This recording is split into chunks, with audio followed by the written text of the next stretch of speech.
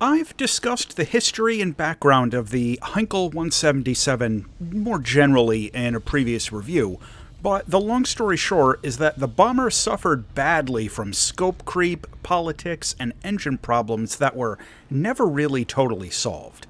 In the end, it turned out to be a highly capable aircraft when it was in the air, but serious logistical challenges and operational incompetence under poorly mustachioed fascism kept it from really having any kind of an impact on the war.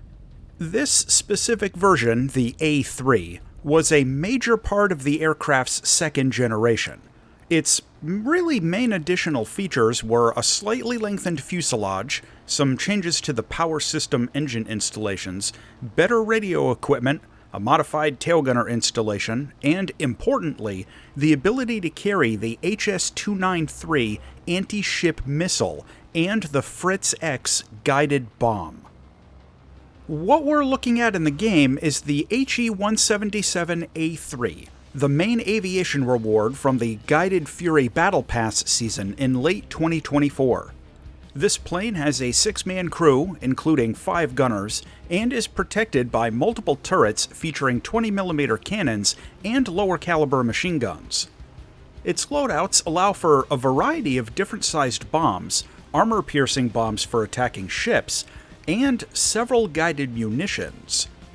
For a guided bomb, it can carry the manually guided PC-1400X, also known as the Fritz-X, just like the He-177 in the tech tree has. This is a large weapon with a huge warhead, and it can provide very accurate drops using the bomb sight view. Its anti-ship missile is the HS-293A1.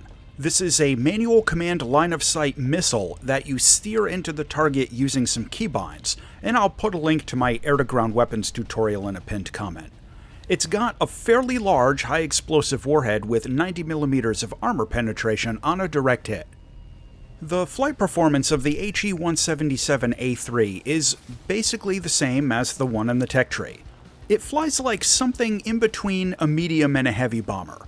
It's faster than most of the other heavy bombers, and it climbs like a medium bomber, but its general handling and maneuverability is a lot more like a heavy bomber. The power system engine overheating is still a problem, and you need to pay constant attention to your engine temperatures, especially on warmer desert or jungle maps. This thing can absolutely fly itself into a spontaneous engine fire if you're not attentive. Don't boil the oil on this one. Another big consideration is the ordnance, and more specifically, the external loads that the 177 can take. Flying out with external weapons on this plane is going to make a noticeable impact on your flight performance, both from the extra weight and the extra parasite drag. Depending on what kind of mission you're flying, it might be worth using a custom loadout to take only 1 or 2 external weapons instead of all 3 if you need a little bit more performance for whatever you're trying to do. Using the He-177 out in air battles is going to be pretty familiar bomber gameplay, and again, basically the same as the one in the tech tree. It's got the performance and weapon load to be really effective at base bombing, and it can take out 2 in one sortie. Plus, its defensive turrets are credible with adequate firepower, though with some major blind spots below and out to the sides. Competition for targets against the swarm of Ju-288s is still a problem, and winning matches can be a challenge depending on your team composition. In close air support, the guided bombs still shine and can make this plane really deadly. I'd argue that the Fritz-X bombs are a little bit overpowered for close air support at this BR, and really the only downside is that they can take a while to impact depending on how high you drop them from, and your target might get killed by something else before your bomb lands. The HS-293 can be really hard to aim accurately due to its pronounced drop in the flight profile, immense difficulty in judging its height above the ground as it travels, and the awkwardness of needing to use keybinds to steer it in while keeping the missile and the target visible at the same time in your camera view. Personally, My control setup isn't really well suited for this, and I'd need 4 hands for it. Plus, you rarely actually get ships to attack, so it ends up being a bit more of a gimmick than a game changer at this BR. Visually, this is the same as the He-177 in the tech tree. In my opinion, the 3 guided weapons suspended externally make this plane look really menacing, and overall, it's not bad. Landing can be tough, and it takes practice to manage the airspeed on your approach.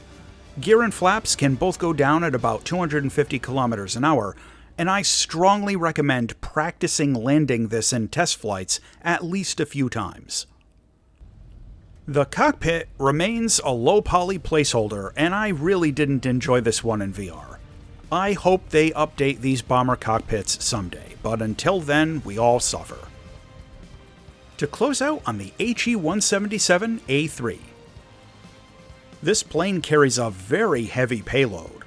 It climbs well, and it gets guided weapons at a lower BR than usual.